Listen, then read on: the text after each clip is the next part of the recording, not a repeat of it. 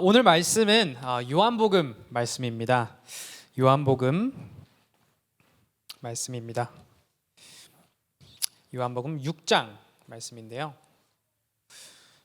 저희가 사실 지난 레디컬 예배에 이어서 오직 예수 그리스도라는 시리즈로 말씀을 진행하고 있습니다.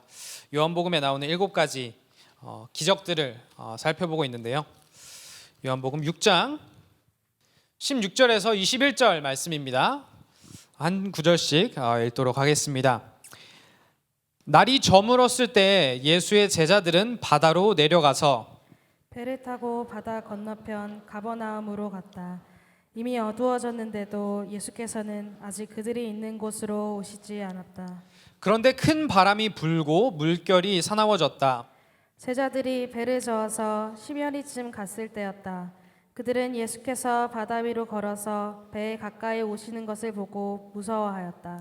예수께서 그들에게 말씀하셨다. 나다, 두려워하지 말아라. 그래서 그들은 기꺼이 예수를 배 안으로 모셔들었다. 배는 곧 그들이 가려던 땅에 이르렀다. 아멘. 이 시간 우리 두 손 가슴에 얹고 다 같이 외치겠습니다. 이 시간 하나님의 말씀을 받습니다. 이 말씀이 나를 변화시킵니다. 이 말씀이 우리 가정을 변화시킵니다. 내 멋대로의 신앙에서 벗어날 것입니다. 아멘. 네, 이 시간 잠깐 좀 나눔을 하는 시간을 드릴 건데 음악 준비해 주시고요. 이 시간 좀 옆에 있는 사람들하고 잠깐 나눠주시면 좋겠어요. 뭘 나눌 거냐면 나만의 자신 있는, 내가 자신 있어 하는 주특기가 무엇인가, 그죠? 뭐 누구 요리가 될 수도 있고 운동이 될 수도 있는데 서로 옆 사람과 잠깐 나눠주시면 좋을 것 같습니다. 내가 자신 있어 하는 나만의 주특기는 무엇인가?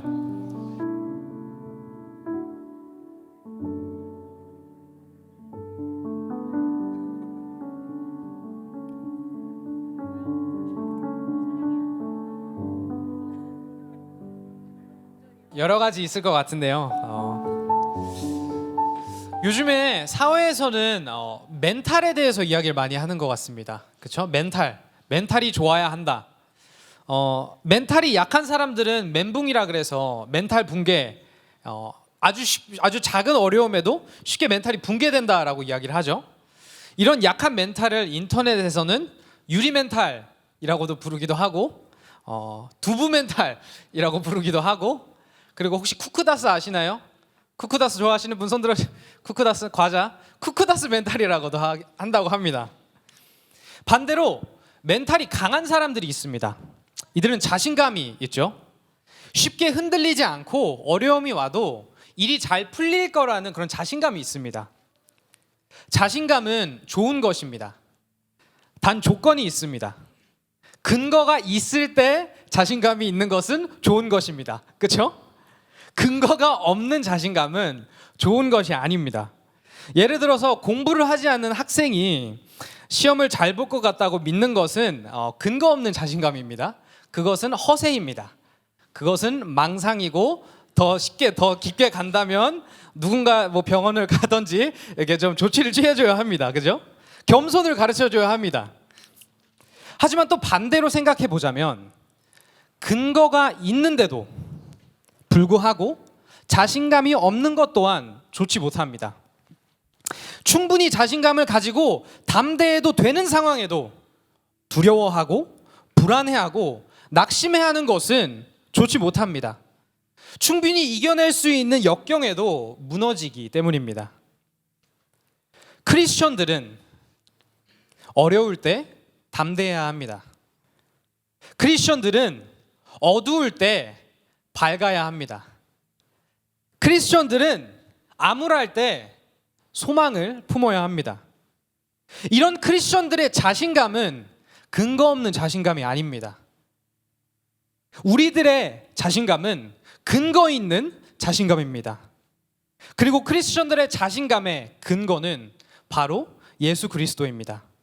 이 세상을 창조하시고 다스리시는, 이 세상의 왕 되시는 예수 그리스도가 우리들을 불러주셨고 우리들의 인생을 돌봐주신다는 그 근거로 우리는 자신감을 가지고 당당하게 살아갈 수 있습니다. 아멘.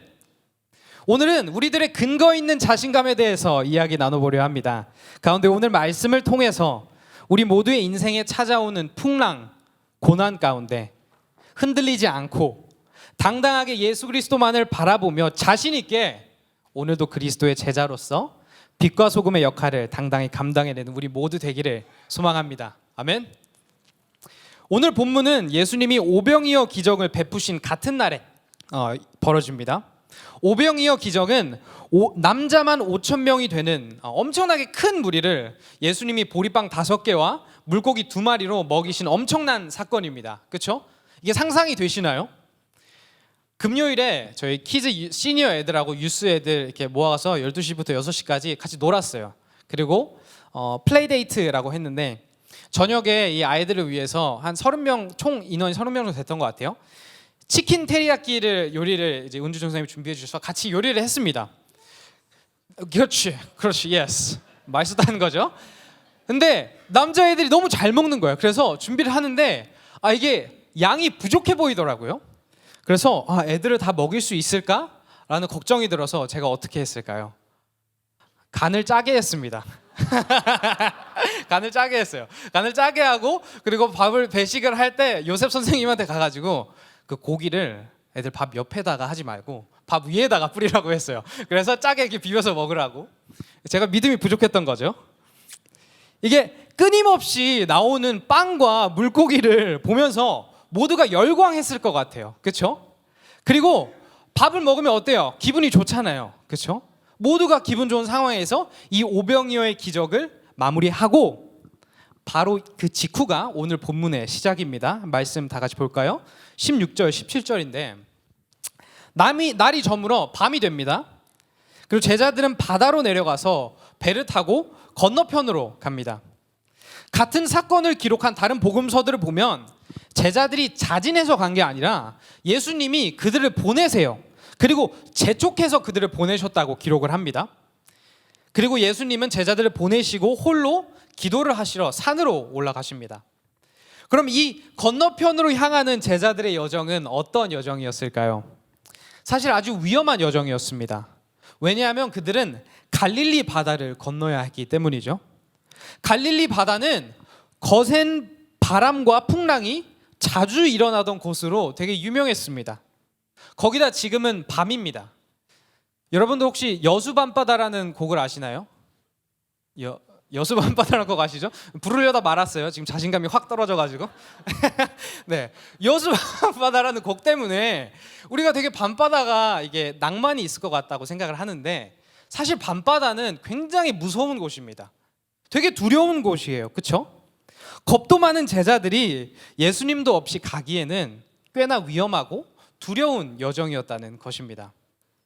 하지만 그럼에도 불구하고 제자들은 순종하는 마음으로 이 여정을 떠나가게 됩니다. 하지만 아니다 다를까 이 위험한 여정에 어떤 일이 벌어지죠? 18절, 그런데 큰 바람이 불고 물결이 사나워졌다. 그리고 풍랑을 맞이한 겁니다. 그리고 이들은 이 풍랑 속에서 10여쯤을 갔다고 이야기를 합니다. 이 거리를 영어로 보면 3 or 4 miles라고 나오는데 이게 5km에서 6km 사이입니다. 이는 그들이 지금 출발한 곳과 도착지까지 딱 정중앙, 그리고 그 가운데서도 바다 한 가운데에 위치했다는 것을 알려줍니다. 그리고 다른 복음서에 따르면 지금 시간이 이미 새벽 3시에서 5시 정도 됐다는 것을 알 수 있습니다. 이 말은 지금 제자들이 못해도 대여섯 시간을 열심히 노지를 하며 왔는데 반밖에 오지 못했다는 것입니다. 이게 무슨 말인가요? 풍랑 속에 완전히 갇혔다는 것입니다. 진퇴양난이라고도 이야기를 합니다. Wedged in a dilemma. 왔던 길로 돌아가지도 못하고 앞으로 나아가기도 어려운 상황이란 것입니다. 이러지도 못하고 저러지도 못하는 상황.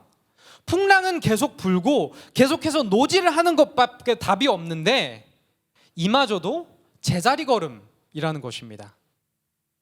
우리는 가끔 이런 생각을 합니다. 내가 하나님을 위한 선택을 내리면, 내가 말씀에 순종을 하면 일이 잘 풀리도록 도와주시겠지. 홈리스 사역을 도와주기 시작하면 필요한 힘과 재정을 공급해 주시겠지?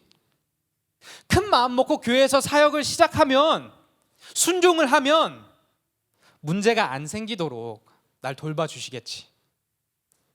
우리가 직접 그런 생각을 하진 않더라도 우리 마음속에 은연중에라도 이런 기대를 품게 될 때가 있다라는 것입니다. 그렇죠?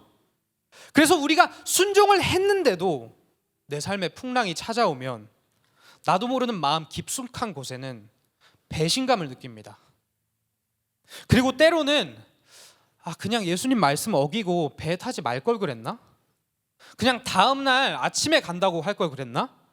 아니면 예수님이 같이 오시지 않으면 나도 안 갈 거다라고 할 걸 그랬나? 나는 순종의 후회를 할 때도 있습니다. 하지만 오늘 본문은 무엇을 보여주나요? 순종을 해도 풍랑은 찾아온다는 것입니다. 말씀대로 살아도 우리 삶에는 풍랑이 찾아온다는 것입니다. 하나님과 동행을 하여도 우리 삶에는 풍랑이 찾아온다는 것입니다. 순종을 한다고 해서 고난 없는 인생, 풍랑 없는 인생이 아니라는 것입니다. 그리고 우리는 이런 풍랑의 사건을 구약에서도 맞이한 적이 있습니다. 언제죠? 바로 출애굽을 하던 홍해 앞에 선 이스라엘 사람들입니다. 때는 아직 이스라엘 민족들이 바로와 이집트 군대로부터 도망을 가던 때입니다. 아직은 군대가 이스라엘 백성들과 가까이 있어서 합리적인 것은 계속해서 도망을 가서 거리를 벌리는 것입니다. 그렇죠?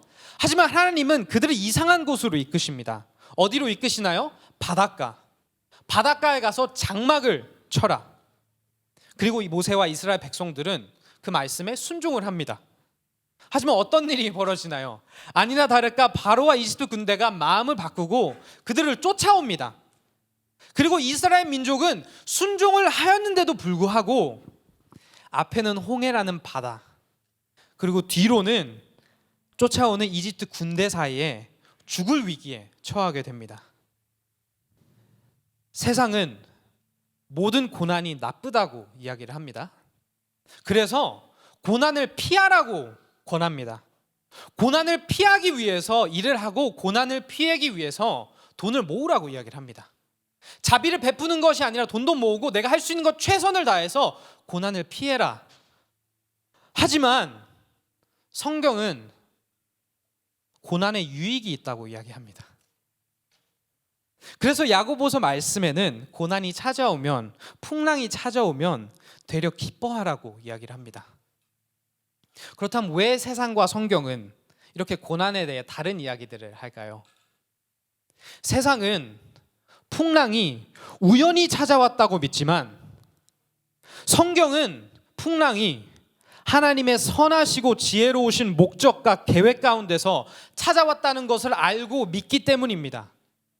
세상은 풍랑을, 고난을 그저 우연의 결과, 재수 없는 해프닝으로 보지만 성경은 풍랑을 계획의 결과, 선하신 목적을 가진 하나님의 도구로 본다는 것입니다.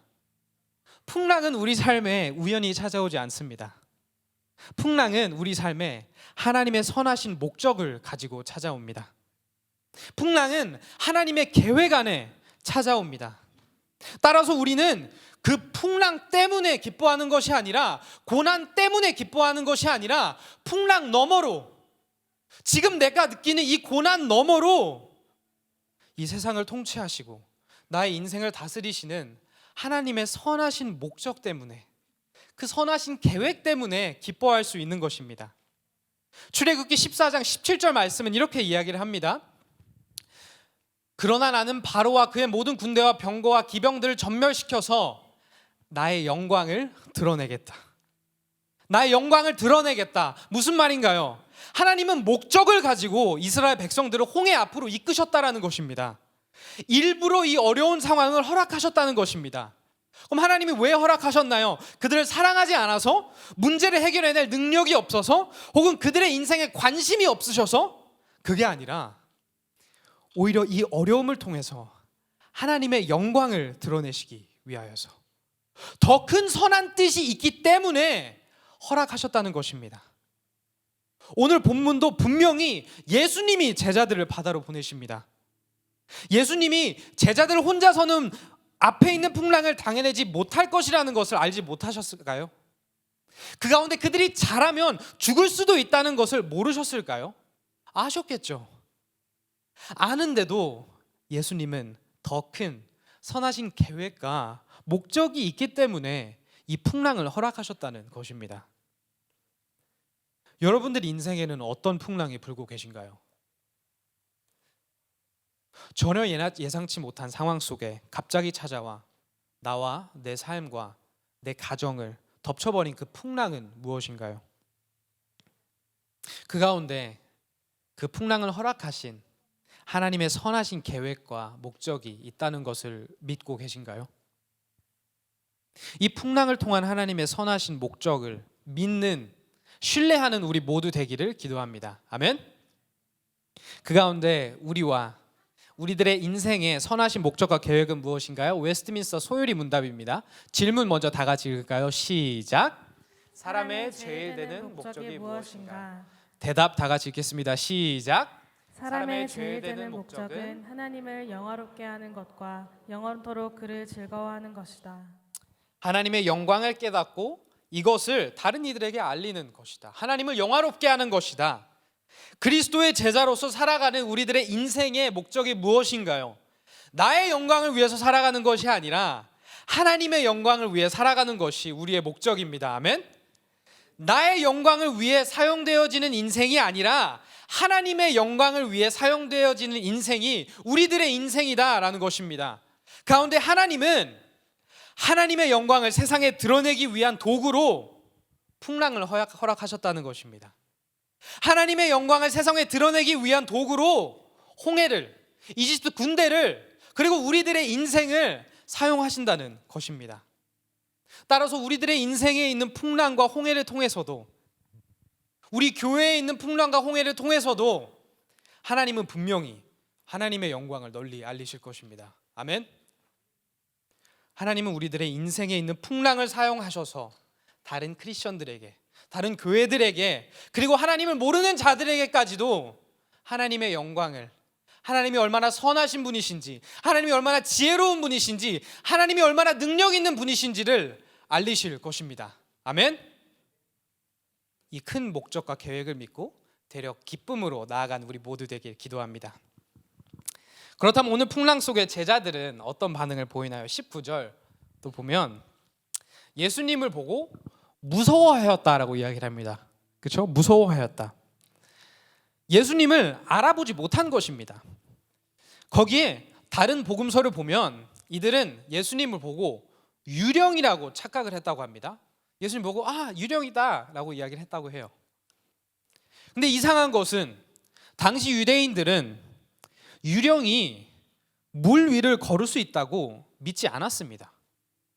되려 유령이 물 속에 빠지면 빠졌지 물 위를 걸을 수 있다고 유령이 물 위를 걸을 수 있다고 믿지 않았어요.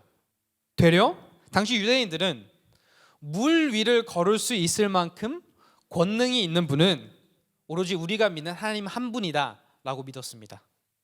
거기에 구약 여러 군데를 보면 욥기에도 그렇고 이사야서에도 그렇고 물 위를 걷는 하나님의 모습이 묘사가 됩니다. 그래서 어떤 신학자들은 예수님의 이 모습을 보고 이 구약의 말씀이 성취된 것이다 라고도 이야기를 합니다.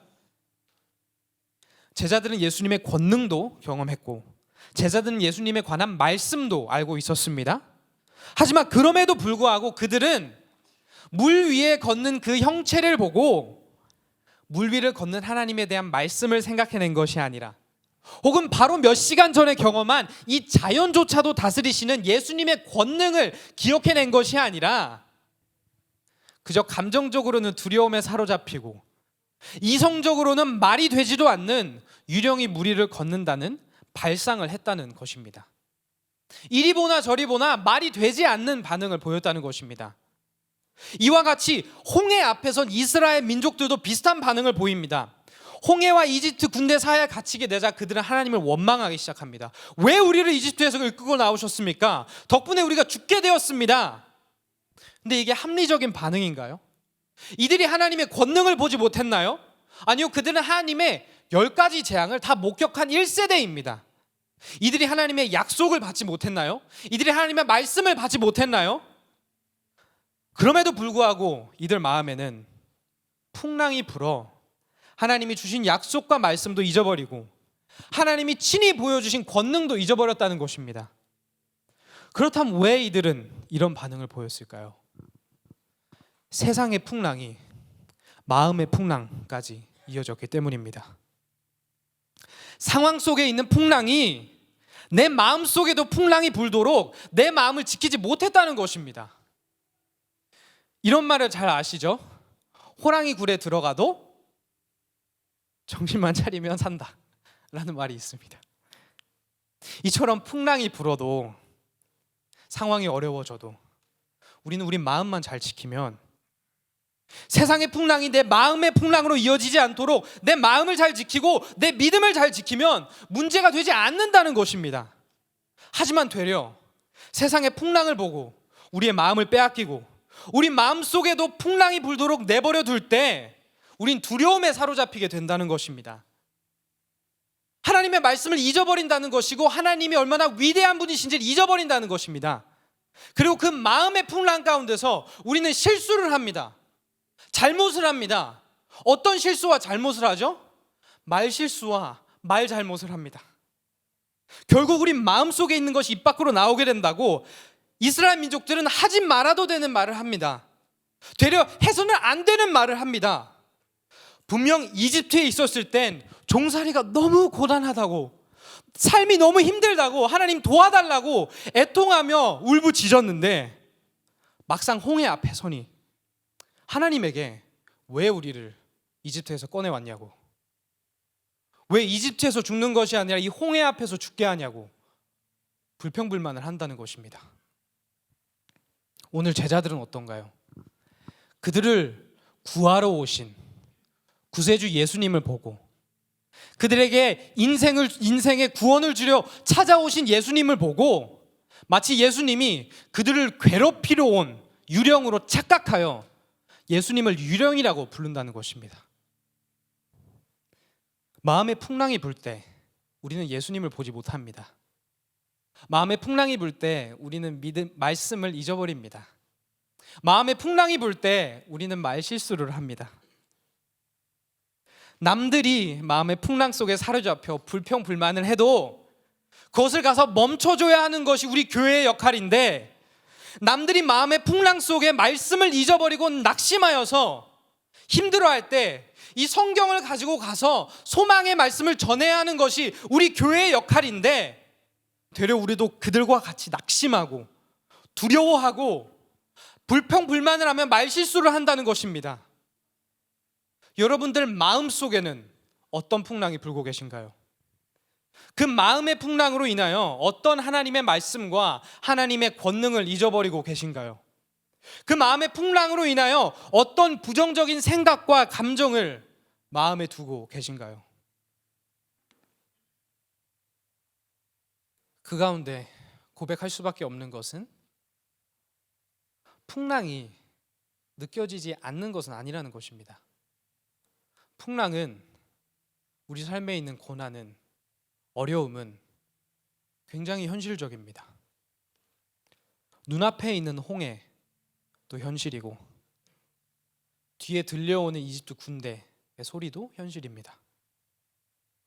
눈앞에 있는 풍랑도 현실입니다. 고단합니다. 힘듭니다. 몇 시간 동안 배를 몰아서 팔이 저립니다. 추운 밤바다로 얼굴이 얼얼합니다.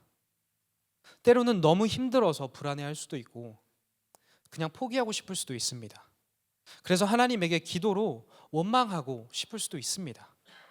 그만큼 우리는 연약한 존재들입니다. 하지만 이런 연약한 우리들에게도, 오늘도 풍랑에 넘어지는 우리들에게도 소망이 있다는 것입니다. 어떤 소망이죠? 20절 다 같이 읽겠습니다. 시작. 예수께서 그들에게 말씀하셨다. 나다, 두려워하지 말아라.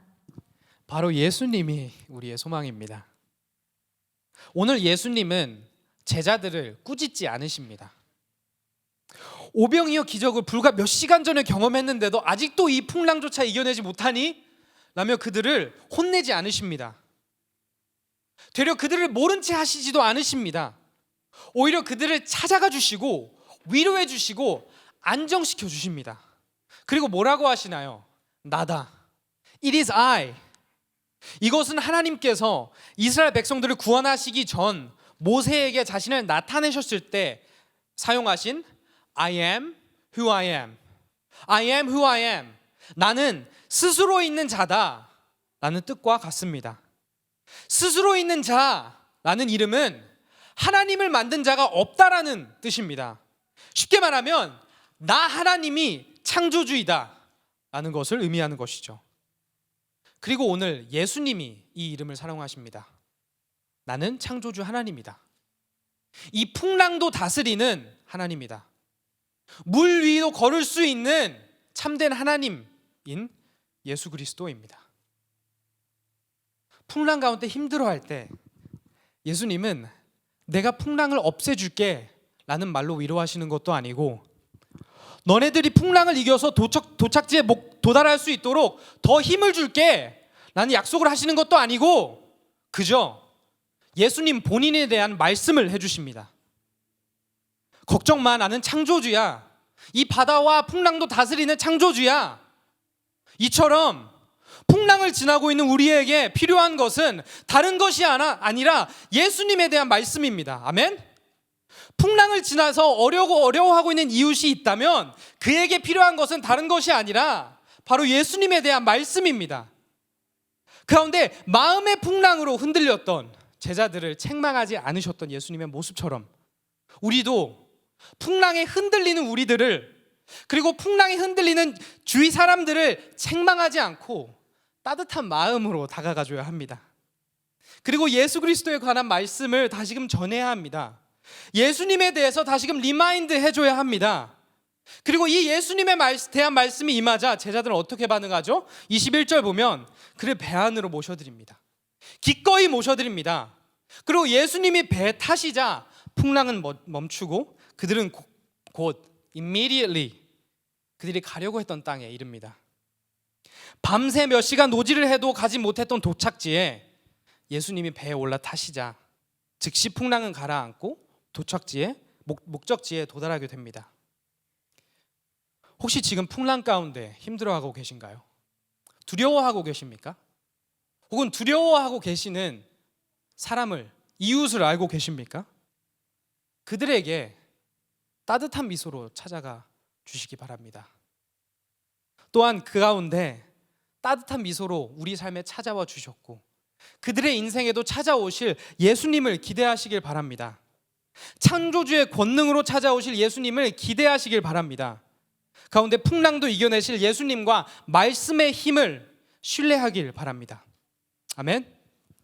말씀을 마치며 그리고 무엇보다도 우리가 예수님을 신뢰할 수 있는 이유, 예수님이 우리의 근거 되시는 이유는 그 어떤 풍랑과 문제보다도 큰 우리의 죄의 문제를 이미 해결해 주셨기 때문입니다. 이 세상 어떤 풍랑보다도 거센 죄를 향한 하나님의 진노의 풍랑을 그 진노의 풍랑으로부터 우리를 이미 구원해 주셨습니다. 죽음도 이겨내신 하나님의 아들 예수님이 우리를 위해 십자가에 못 박아 돌아가셨고 왕의 위엄으로 이 땅에 부활하셨습니다. 죽음도 다스리시는 이 세상의 왕 되신 예수님이 우리들의 인생을 통치하시고 다스리시고 보호하십니다. 따라서 우리는 풍랑 속에도 이 세상의 왕 되신 예수님의 보호하심을 신뢰하여 당당하게 나아갈 수 있습니다. 로마서 8장 28절 말씀 다 같이 읽겠습니다. 시작. 하나님을 사랑하는 사람들 곧 하나님의 뜻대로 부르심을 받은 사람들에게는 모든 일이 서로 협력해서 선을 이룬다는 것을 우리는 압니다. 우리들의 인생은 우연히 흘러가는 인생이 아닙니다. 우리들의 인생은 하나님의 뜻대로 이끌려가는 인생입니다. 우리들의 인생에 부는 풍랑은 우연이 아닙니다. 우리들의 인생에 부는 풍랑에는 하나님의 선하신 계획과 목적이 있습니다. 가운데 비록 우리가 낙심하여 두려워할 때도 우리를 책망하시는 것이 아닌 따뜻한 위로로 우리를 찾아와 주시고 홍해를 가르는 위엄으로 물 위를 걷는 위엄으로 예수님은 우리 삶에 찾아와 주셔서 우리를 구원해 주실 것입니다. 그렇게 하여 그 풍랑을 통해 우리 인생에 일어난 모든 일들이 서로 협력해서 선을 이룰 것이고 하나님은 우리들의 인생을 통해 하나님의 영광을 모든 이들에게 널리 알리실 것입니다. 출애굽기 14장 8절 말씀에 이렇게 이야기합니다. 바로가 주님의 보호를 받으며 당당하게 나가고 있는 이스라엘 자손을 뒤쫓았다. 주님의 보호를 받으며 당당하게 나가고 있는 이스라엘 자손을 뒤쫓았다. 이스라엘 자손은 무엇을 받고 있다고 하죠? 주님의 보호. 그래서 어떻게 나아가나요? 당당하게. 그들이 당당할 수 있는 이유가 무엇인가요? 상황이 좋아서 이겨낼 수 있는 힘이 있어서? 아니, 주님의 보호를 받고 있기 때문에. 되려 상황만 본다면 절대로 당당할 수 없는 상황이지만, 상황만 본다면 주눅들어야 하는 것이 정상인 상황이지만 주님의 보호가 있기에 당당하라는 것입니다. 근거 없는 자신감이 아니라 근거 있는 자신감이라는 것입니다. 근거 있는 소망이라는 것입니다. 주님의 보호를 받으며 당당하게 나가는 이스라엘 자손, 주님의 보호를 받으며 당당하게 나가는 임브레이스 교회, 주님의 보호를 받으며 당당하게 나가는 우리 모두 되기를 소망합니다. 아멘. 그래서 오늘도 예배 시작했던 것처럼 활기찬 미소와 당당히 어깨를 펴고 오직 예수 그리스도를 통해서만 누릴 수 있는 하나님의 보호하심을 받으며 당당히 오늘 하루 살아내시는, 이번 한 주 살아내시는 우리 모두 되기를 소망합니다. 아멘.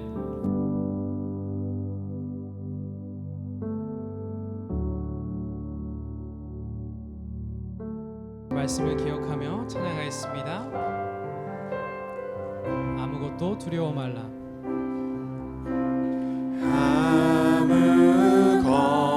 아무것도 두려워 말라. 주 나의 하나님이 지켜주시네. 놀라지 마라. 겁내지 마라. 주님 나를 지켜주시네. 다시 한번 고백하겠습니다. 아무것도 두려워 말라. 아무것도 두려워 말라. 주 나의 하나님이 지켜주시네. 놀라지 마라. 놀라지 마라. 겁내지 마라. 주님 나를 지켜주시네. 내 마음이 힘에 겨워, 내 마음이 힘에 겨워 지칠지라도 주님 나를 지켜주시네. 세상에 험한 풍파 몰아칠 때도 주님 나를 지켜주시네.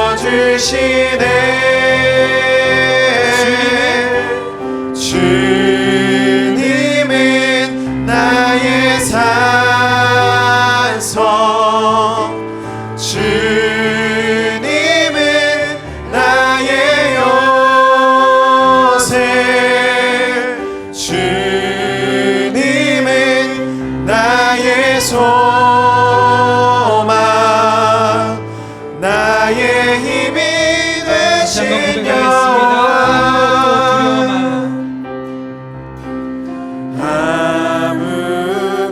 아무것도 두려워 말라.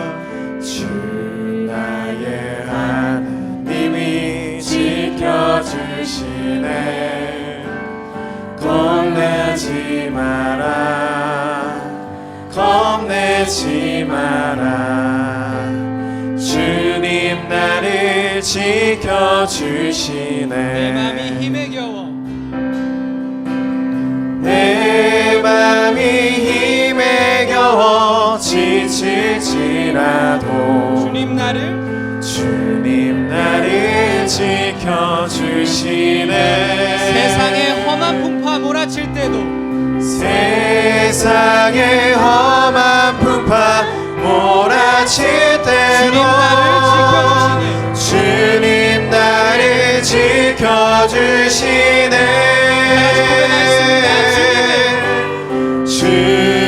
주님은 나의 산성, 주님은 나의 요새, 주님은 나의 소망, 나의 힘이 다시 한번 되신 고백하겠습니다. 여호와.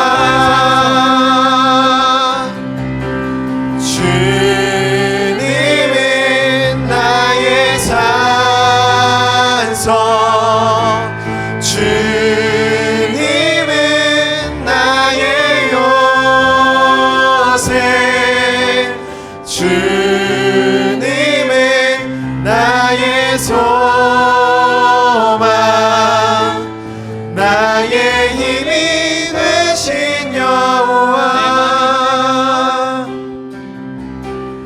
내 맘이 힘에 겨워 지칠지라도 주님 나를 지켜주시네.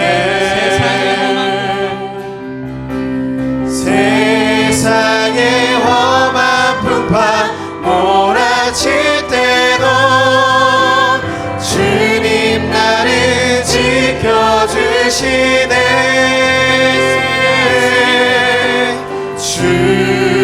주님은 나의 산성, 주님은 나의 요새, 주님은 나의 소망, 나의 힘이 되신 여호와. 제가 기도하기 소망하는데요. 풍랑 너머로 있는 하나님의 선하신 뜻을 우리가 신뢰할 수 있도록 기도하길 바랍니다.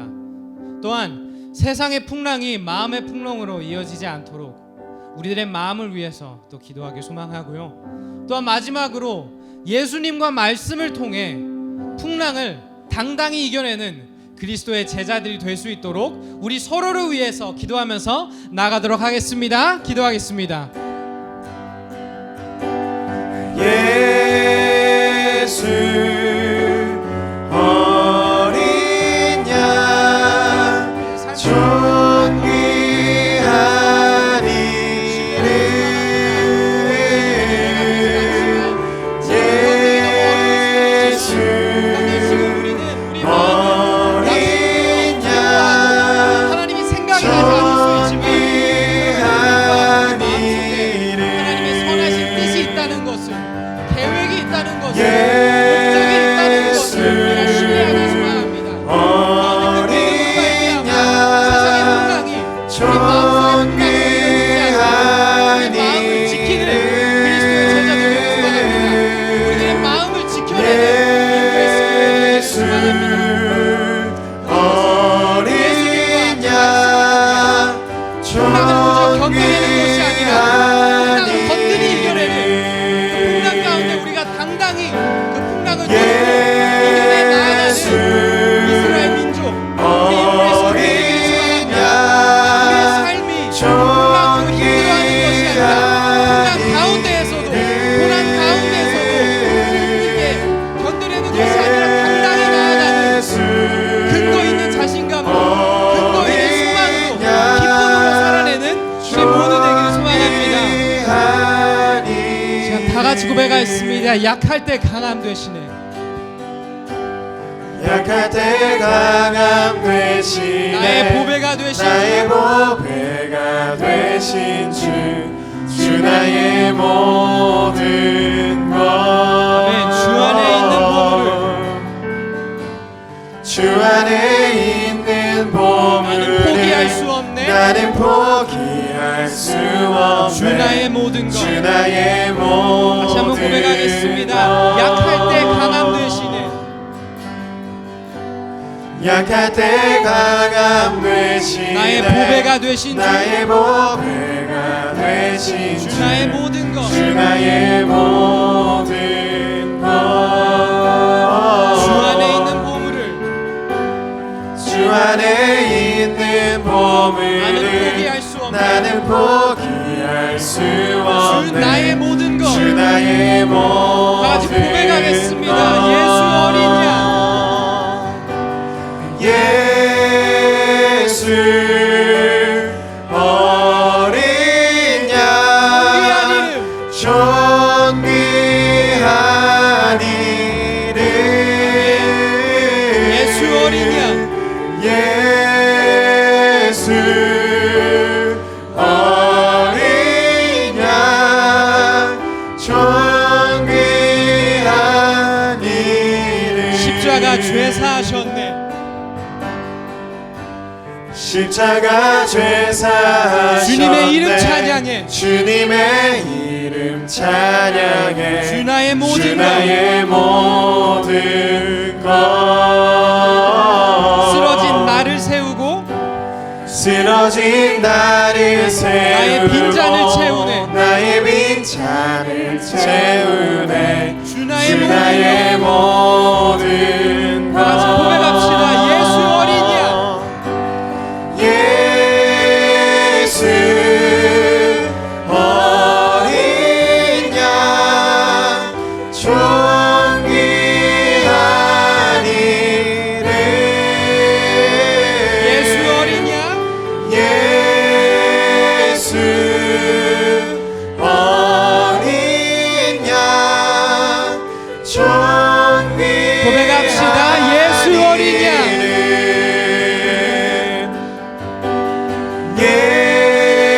예수 어린 양 존귀한 이름 예수 어린 양 존귀한 이름. 주님 감사합니다. 우리들을 사랑하시고 우리들을 불러주셔서 우리들의 인생이 그저 우연히 흘러가는 것이 아니라 하나님의 계획 안에 이끌어 가도록 인도하심에 감사드립니다. 가운데 우리는 순종하려 노력합니다. 말씀대로 살려고 노력합니다. 그럼에도 찾아오는 풍랑 가운데 우리들은 때론 넘어지기도 하고 예수님에 대해 잊어버리기도 하고 두려움에 사로잡히기도 하고 그 가운데 우리의 입을 통해 찬양이 아닌 불평이 나오도록 넘어질 때도 있습니다. 이런 연약하고 부족한 우리를 책망하시는 것이 아니라 그럼에도 불구하고 우리를 사랑하여 주시고 우리를 포기하지 않으시고 우리를 붙잡아 주셔서 홍해를 가르는 권능과 물 위를 걷는 권능으로 우리 삶 속에 찾아와 주셔서 따뜻한 미소로 우리를 위로해 주시고 그 예수 그리스도의 말씀을 통하여 우리의 마음이 회복되고 이 모든 것들을 통하여 우리의 인생을 통해 부족한 우리들을 통해서도 하나님의 무궁무진한 권능과 영광을 이 세상에 널리 알리시는 하나님 감사합니다. 이 시간 두려워하는 자들이 있습니다. 마음속에 풍랑이 부는 자들도 있습니다. 그들 마음속에 주님이 예수 그리스도와 그 말씀을 다시금 회복시켜 주시고 그렇게 하여 그들이 풍랑 가운데 두려워하는 것이 아니라 되려 풍랑 가운데 고난 가운데 기쁨으로 당당히 그 풍랑을 뚫고 나아가는 우리 모두 될 수 있도록 도와주세요. 풍랑 가운데 힘들어하는 지체를 본다면 예수 그리스도의 따뜻한 사랑으로 서로 품는 임브레이스 교회 될 수 있도록, 풍랑이 아닌 예수 그리스도만을 바라보고 말씀만을 바라보는 임브레이스 교회 될 수 있도록 저희들을 붙잡아 주세요. 주님의 선하심과 사랑하심을 기억합니다. 시간 고린도후서 말씀으로 축도 올리겠습니다. 우리 주 예수 그리스도의 은혜와 하나님의 사랑과 성령의 사귐이 여러분 모두와 함께하기를 빕니다. 아멘.